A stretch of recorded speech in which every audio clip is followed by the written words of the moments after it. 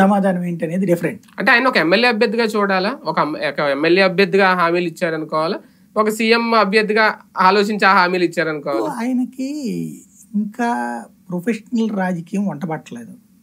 ఆయన మాట్లాడేది కానీ, ప్లానింగ్ కానీ, ఆలోచన కానీ చూస్తే వేటెట్లలో ప్రొఫెషనాలిటీ కనబడుతోందంటే పొత్తు రాజకీయాల్లో కనబడుతుంది తప్పించి పెద్ద మనిషి పాత్ర అంతే తప్పించి ప్రాక్టికల్ ఫార్ములా జనంతో మమేకమయ్యేటప్పుడు జనం అందరూ వచ్చేస్తున్నారు అనే టైప్ లో, లేకపోతే జనంతో అది మాట్లాడేసేచ్చు ఇది మాట్లాడేసేచ్చు అనుకుంటున్నారు. కానీ ఎందుకంటే పవర్ ఇంతవరకు రుచి చూడలేదు ఆయన, కాబట్టి ఏదో ఒకటి చెప్పేసేస్తున్నారు.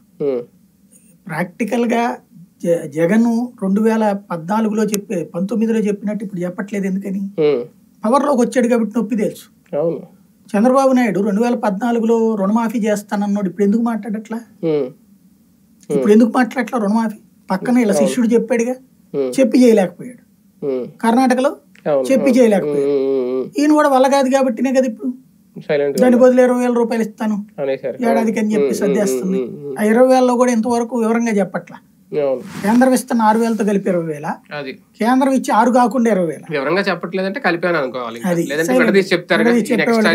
నేనే 20 ఇస్తాను, కేంద్రం 6,000 కలిపితే మీకు 26 చెప్పాలి. లాస్ట్ టైం జగన్ అలా చెప్పారు, మొత్తం 13,000 చిల్లర కదా అయింది, ఈ 6,000 అది మొత్తం కలిపి విడివిడిగా చెప్పారు.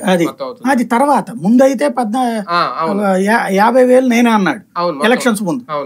అయిపోయిన తర్వాత కేంద్రాన్ని చెప్పట్లేదు అంటున్నారని ఇందులో కేంద్రం